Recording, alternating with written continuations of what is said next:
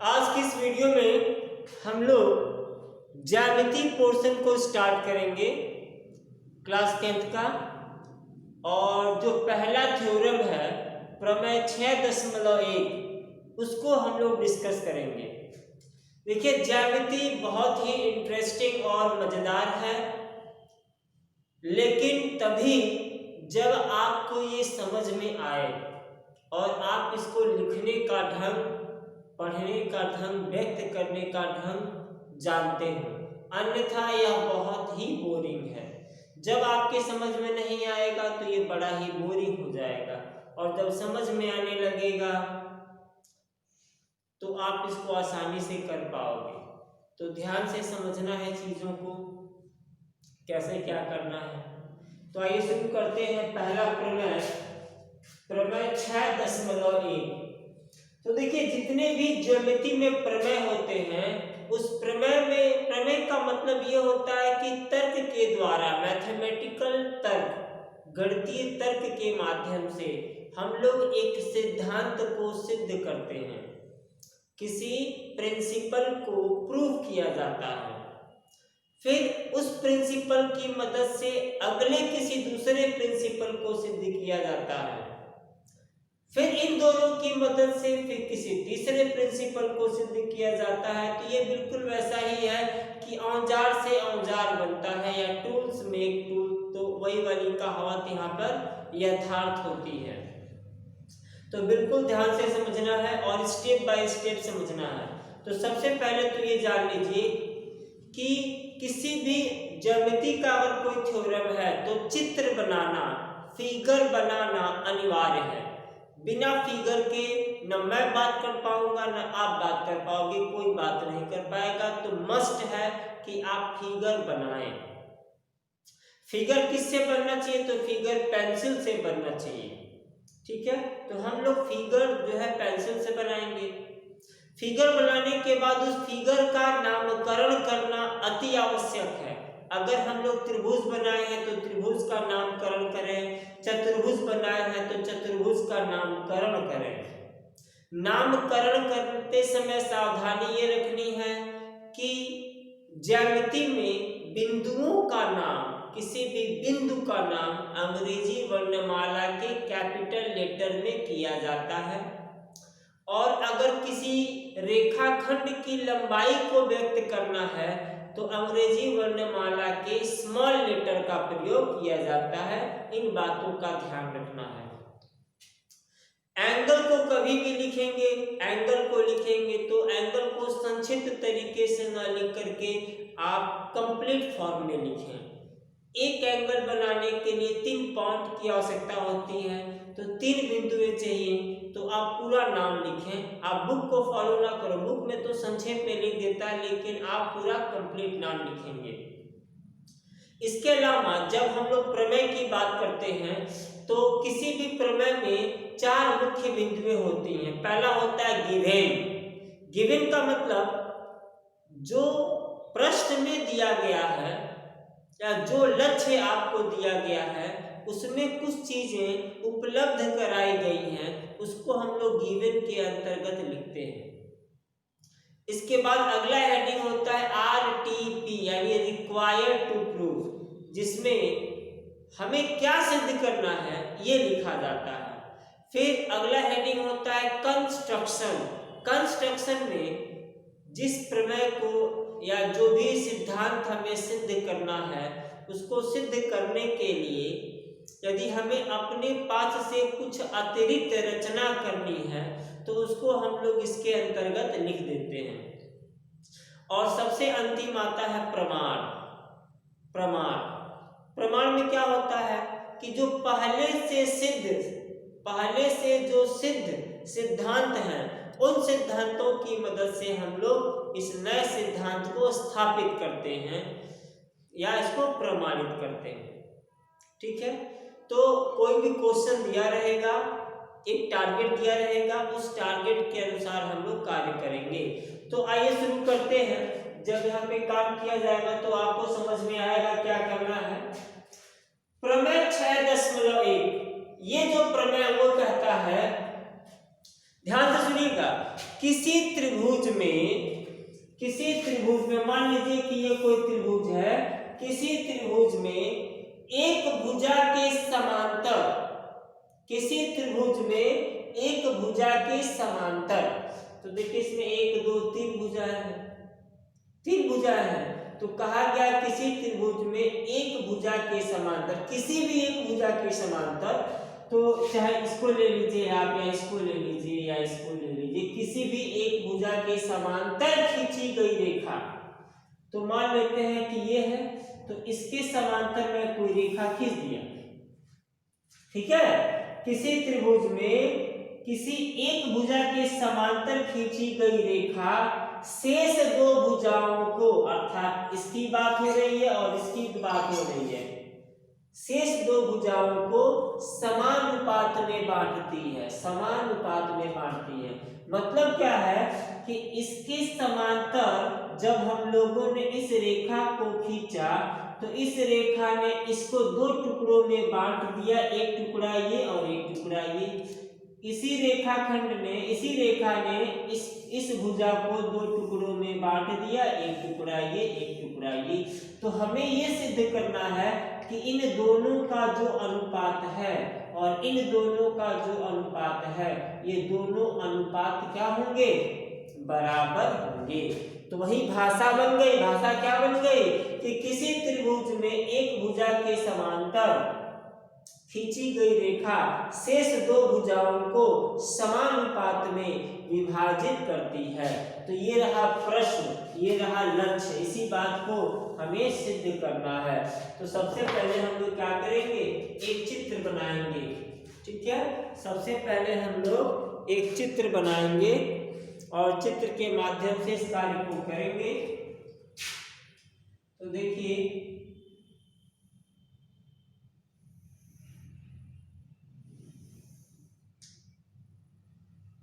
ABC,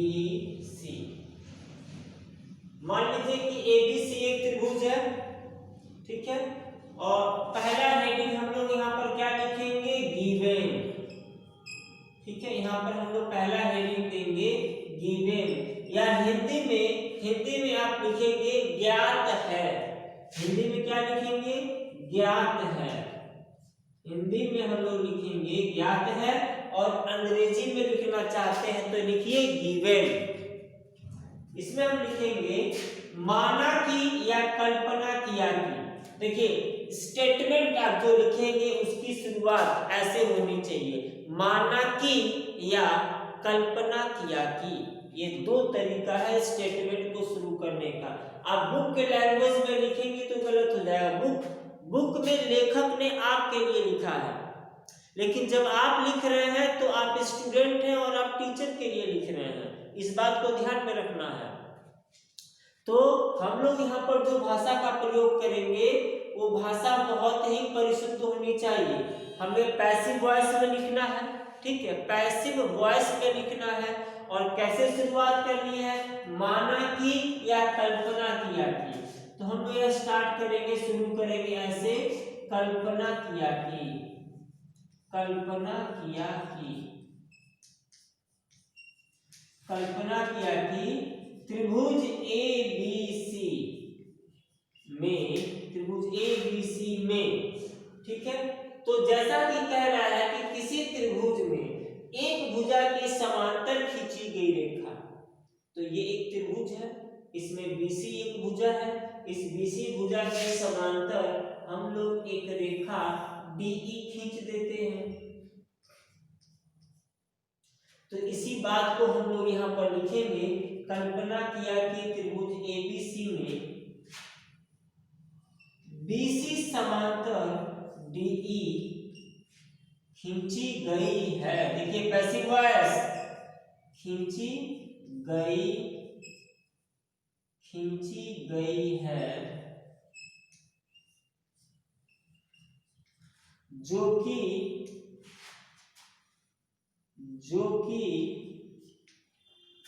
AB को D पर और AC को E पर प्रतिच्छेद करती है। AB को D पर और AC को E पर प्रतिच्छेद करती है। ठीक है, ऐसे आपको लिखना है। कल्पना किया कि ABC एक त्रिभुज है जिसमें BC के समांतर खींची गई रेखा DE AB को D पर और AC को E पर प्रतिच्छेद करती है। बहुत सटीक और परिशुद्ध भाषा है। कल्पना किया कि ABC एक त्रिभुज है जिसमें BC के समांतर खींची गई रेखा AB और AC को D तथा E पर प्रतिच्छेद करती है। या आप ऐसे लिखिए, कल्पना किया कि ABC एक त्रिभुज है जिसमें BC समांतर DE खींची गई है। DE AB को D पर और AC को E पर प्रतिच्छेद करती है। तो इतनी बात हम लोग लिख देंगे गिवन में या ज्ञात है में। D को AC D पर और AC को E पर प्रतिच्छेद करती है। AC को E पर प्रतिच्छेद करती है, ऐसे हम लोग लिखेंगे, प्रतिच्छेद करती है। इसके बाद अगला हेडिंग आता है RTP। RTP का पूरा मतलब होता है रिक्वायर्ड टू प्रूव, सिद्ध करना है कि। RTP यानी रिक्वायर्ड टू प्रूव, सिद्ध करना है कि। इसमें हम क्या लिखेंगे, जो सिद्ध करना वही लिख देंगे। हमें क्या सिद्ध करना था, हमें ये सिद्ध करना था कि जब किसी त्रिभुज में एक भुजा के समांतर कोई रेखा खींची जाती है इस प्रकार से कि वो शेष दो भुजाओं को काटे, तो वो समानुपात में काटती है। समानुपात में काटती है मतलब ये है कि ये एक त्रिभुज है, इस त्रिभुज में BC के समांतर हमने ये रेखा खींचा, इस रेखा ने AB को दो पार्ट में काट दिया, एक पार्ट AD है और एक पार्ट BD है। उसी तरह से AC को दो पार्ट में काट दिया, एक पार्ट AE है और एक पार्ट EC है। तो हमें सिद्ध करना है कि AB के इन दो भागों का अनुपात और AC के इन दो भागों का अनुपात बराबर होगा। और जाहिर सी बात है कि त्रिभुज में तीन भुजा होती है, एक भुजा के समांतर और कोई रेखा खींचेंगे तो बाकी दो भुजाओं को वो दो टुकड़ों में काट देगी। जैसे यहाँ पर देखिए AB के दो टुकड़े हो गए, AC के भी दो टुकड़े हो गए। तो हमें ये सिद्ध करना है कि इन दोनों टुकड़ों की लंबाइयों का जो अनुपात होता है वो बराबर होता है। कुल मिलाकर हमें ये सिद्ध करना है कि AD/DB बराबर AE बटे EC होगा। तो इसी बात को हम लोग यहाँ पे लिख देंगे। हमें सिद्ध करना है कि AD/DB बराबर AE/EC, ये हमें सिद्ध करना है। AD/DB बराबर AE/EC, ये हो गया। इसके बाद अगला हेडिंग हम लोग लिखेंगे कंस्ट्रक्शन या रचना। ये बड़ा इंपॉर्टेंट है, कंस्ट्रक्शन या रचना।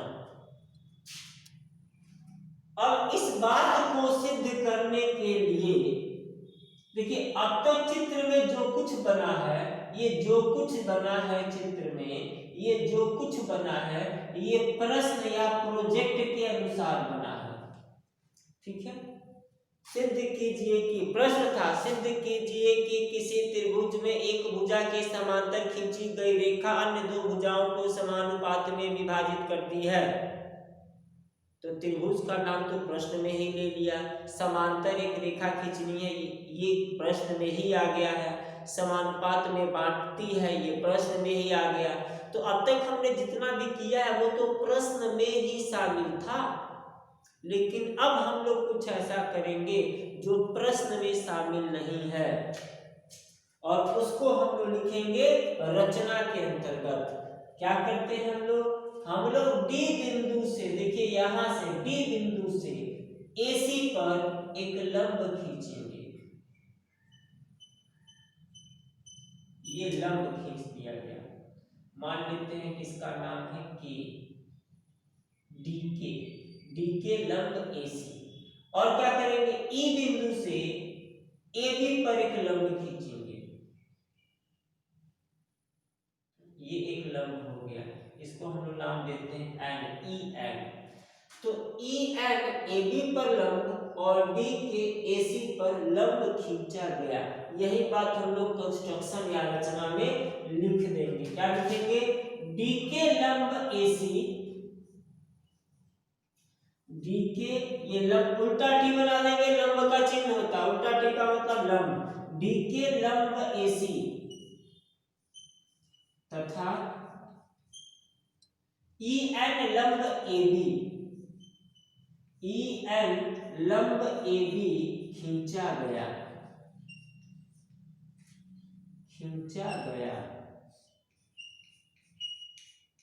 ये देखिए D के लंब AC तथा EN लंब AB खींचा गया, ये कंस्ट्रक्शन कंप्लीट हो गया। इसके बाद अगला हेडिंग आता है प्रूफ, अगला हेडिंग आता है प्रूफ या उपपत्ति, जिसको हम लोग हिंदी में बोलते हैं उपपत्ति, प्रूफ। अब हम लोग यहाँ आते हैं, यह चौथा और अंतिम चरण है, इसी में हम लोग तर्क देंगे और तर्क के माध्यम से इस तथ्य को सिद्ध करने का प्रयास करेंगे। तो देखिए अब एक चीज देखिए, अब बहुत संक्षिप्त हो गया है, ये जो त्रिभुज ADE है, इस ADE का क्षेत्रफल देखा जाए कि क्या है। त्रिभुज ADE का क्षेत्रफल हम लोग देखेंगे कि क्या है त्रिभुज ADE का क्षेत्रफल। इसके साथ हम लोग एक काम और करेंगे, यहाँ पर एक काम और करेंगे, B से E को और C से D को मिला देते हैं, ठीक है, हम लोग BE और CD को भी मिला देते हैं। तो रचना में इस बात को लिख देंगे ऐसे, यहाँ रचना में लिखेंगे कि BE तथा CD को मिलाया गया, देखिए BE तथा CD को मिलाया गया,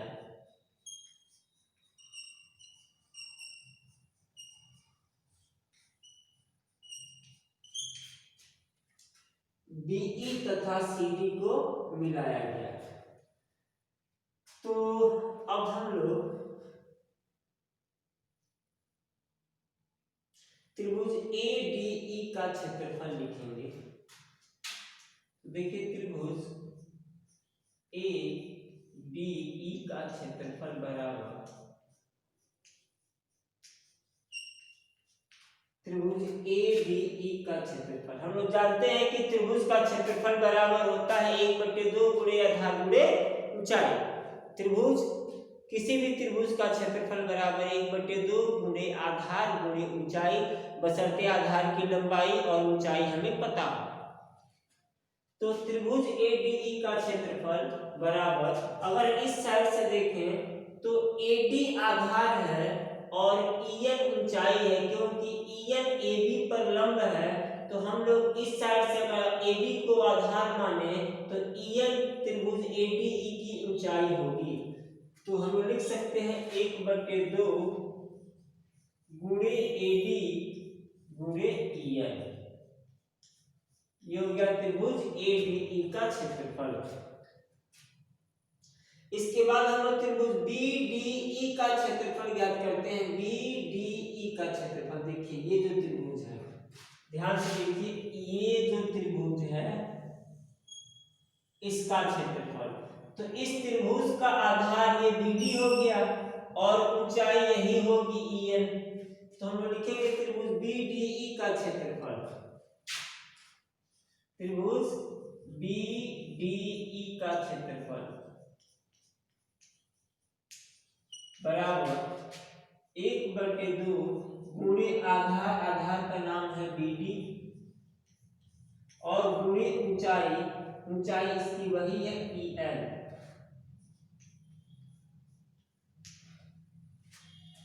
ठीक है, तो अब हम लोग एक काम करते हैं, इन दोनों का अनुपात ले लेते हैं, समीकरण 1 समीकरण 2।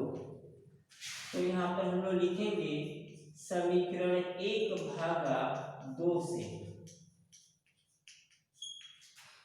त्रिभुज ADE का क्षेत्रफल बटे त्रिभुज BDE का क्षेत्रफल बराबर हमें मिलेगा 1/2 गुणे AD गुणे EL बटे 1/2 गुणे BD गुणे EL। तो देखिए 1/2 से 1/2 कैंसिल और EL से EL कैंसिल, तो ये आ जाएगा बराबर AD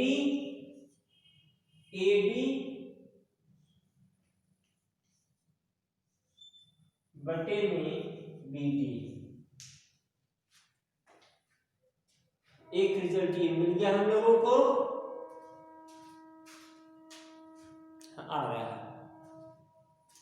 इसके बाद पुनः हम लोग लिखेंगे त्रिभुज ADE का क्षेत्रफल, फिर त्रिभुज ADE का क्षेत्रफल बराबर, देखिए अगर इस साइड से देखा जाए तो ये आधार है और ये ऊंचाई, इसी त्रिभुज ADE का क्षेत्रफल, ये वही त्रिभुज ADE है। लेकिन अगर इस साइड से देखा जाए, इसको आधार मानते हैं अगर हम लोग, AE को आधार माने तो DK को ऊंचाई मानेंगे, ये DK ऊंचाई है। तो हम लोग लिख सकते हैं त्रिभुज ADE का क्षेत्रफल बराबर 1/2 गुणे आधार है AE और ऊंचाई है DK। और उसी प्रकार से त्रिभुज CDE का क्षेत्रफल, ठीक है, त्रिभुज CDE का क्षेत्रफल, त्रिभुज CDE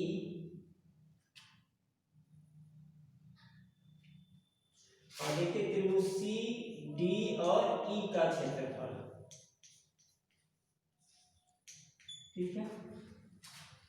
कौन सा त्रिभुज, देखिए ये त्रिभुज CDE का क्षेत्रफल, ये जो त्रिभुज है, ये आधार हो गया AC और ये ऊंचाई हो गया DK।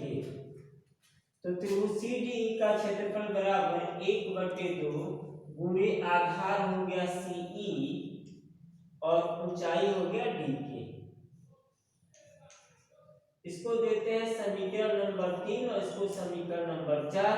तो अगर 3 में 4 से हम लोग भाग करें तो फिर हमें मिलेगा त्रिभुज ADE का क्षेत्रफल, त्रिभुज ADE का क्षेत्रफल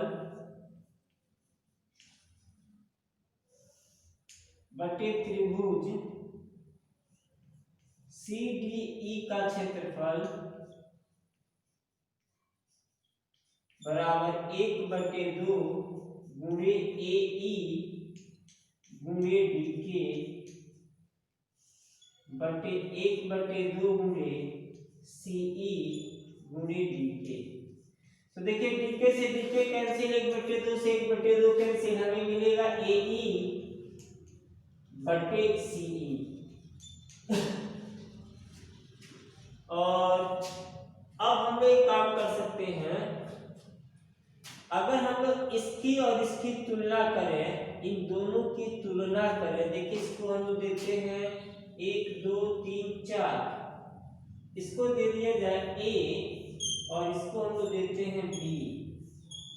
इक्वेशन A और इक्वेशन B की यदि तुलना की जाए, ठीक है, तो दोनों का अंश बराबर है। ध्यान से देखिए, इसको देखिए इक्वेशन A और इक्वेशन B, इन दोनों भिन्नों का अंश बराबर है। यहाँ पर भी ऊपर ADE का क्षेत्रफल है, यहाँ पर भी ऊपर ADE का क्षेत्रफल है, तो अंश तो दोनों का सेम है, अंतर किसमें है, हर में अंतर है, ठीक है, दोनों के हर में अंतर है। यहाँ पर है त्रिभुज BDE और यहाँ पर है त्रिभुज CD, यही दोनों में अंतर है। लेकिन ध्यान से देखिए चित्र में, त्रिभुज BDE, ये जो त्रिभुज है BDE, ये त्रिभुज, और त्रिभुज CDE, ये जो त्रिभुज है, ये दोनों एक ही आधार DE पर बने हुए हैं। BDE का आधार भी DE है और CDE का आधार भी DE है। तो हम लोग पहले से जानते हैं एक ही आधार और समान समांतर रेखाओं के मध्य स्थित दो त्रिभुजों का क्षेत्रफल बराबर होता है। तो हम यहां लिखेंगे चूंकि समान आधार और एक जोड़ी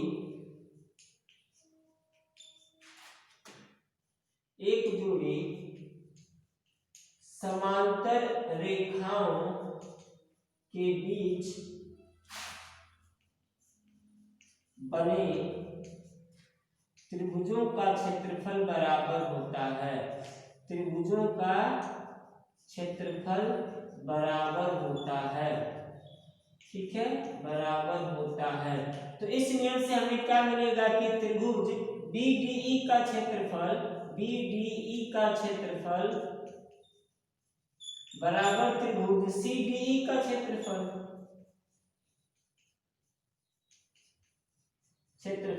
CDE का क्षेत्रफल। तो इसका मतलब हो गया कि ये वाला भी इसके बराबर हो गया, तो अंश अंश के बराबर है ही है और हर भी हर के बराबर हो गया। इसका मतलब कि ये दोनों आपस में बराबर है। तो समीकरण A और B की तुलना करके हम लोग लिख सकते हैं। इसलिए A तथा B की तुलना करने पर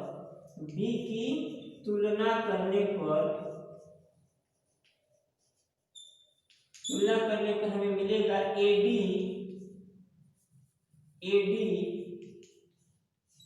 बटे में BD बराबर AE बटे में CE।